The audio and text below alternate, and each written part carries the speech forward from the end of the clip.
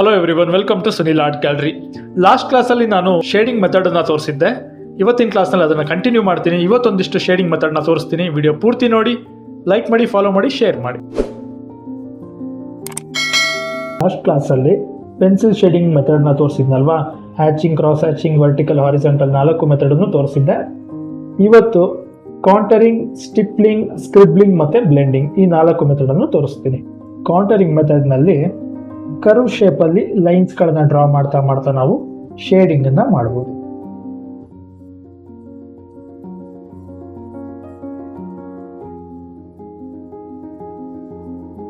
Stippling ಅಂತ ಹೇಳಿದ್ರೆ ಚುಕ್ಕಿಗಳನ್ನ ಇಡ್ತಾ ನಾವು ಶೇಡಿಂಗ್ ಮಾಡ್ಬೋದು.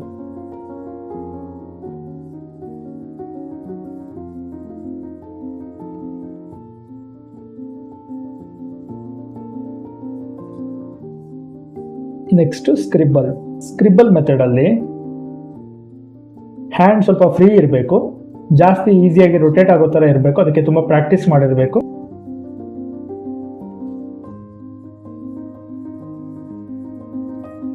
ಏಟ್ ಬರೆಯೋ ಥರ ನೀವು ಸ್ಕ್ರಿಬಲ್ ಮಾಡ್ತಾ ಹೋಗ್ಬೇಕು.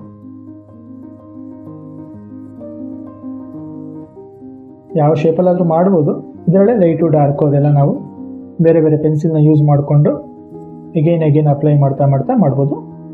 ಇದೊಂಥರ ಟೆಕ್ನಿಕ್ ಇದು.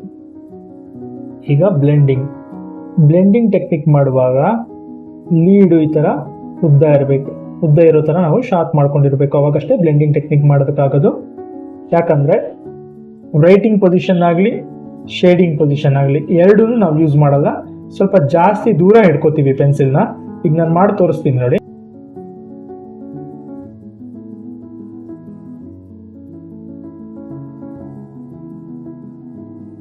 ಈ ಬೆರಳಿನಿಂದ ಇದನ್ನ ಬ್ಲೆಂಡ್ ಮಾಡೋಣ. ನೋಡಿ, ಹಿಡ್ಕೋಬೇಕು.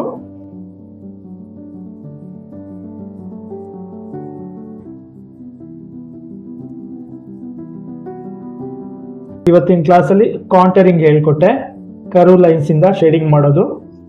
ಸ್ಟಿಪ್ಲಿಂಗ್ ಹೇಳ್ಕೊಟ್ಟೆ, ಡಾಟ್ನ ಇಡ್ತಾ ಅದರಿಂದ ಶೇಡಿಂಗ್ ಮಾಡೋದು. ಸ್ಕ್ರಿಬಲ್ಸ್ ಹೇಳ್ಕೊಟ್ಟೆ, 8 ಬರೆಯೋ ಥರ ಫ್ರೀ ಹ್ಯಾಂಡಲ್ಲಿ ಲೈನ್ಸ್ಗಳನ್ನು ಹಾಕ್ತಾ ಸ್ಕ್ರಿಬಲ್ನಲ್ಲಿ ಶೇಡಿಂಗ್ ಮಾಡೋದು.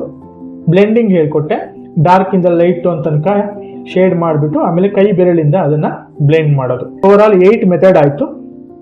ಪೆನ್ಸಿಲ್ ಶೇಡಿಂಗ್ನಲ್ಲಿ 8 ಮೆಥಡು ನಮಗೆ ಸಾಕು. ನೆಕ್ಸ್ಟ್ ಕ್ಲಾಸ್ಗಳಲ್ಲಿ ನಾನು ಈ ಹ್ಯಾಚಿಂಗ್ ಇಂದ ಆಬ್ಜೆಕ್ಟಿಗೆ ಯಾವ ರೀತಿ ಶೇಡ್ ಮಾಡೋದು ಅನ್ನೋದನ್ನ ತೋರಿಸ್ಕೊಡ್ತೀನಿ. ಏನೇ ಡೌಟ್ ಇದ್ರು ನನಗೆ ಮೆಸೇಜ್ ಮಾಡಿ, ಕಮೆಂಟ್ ಮಾಡಿ. Thank you so much. ನಗ್ತಾ ಇರಿ, ಖುಷಿಯಾಗಿರಿ.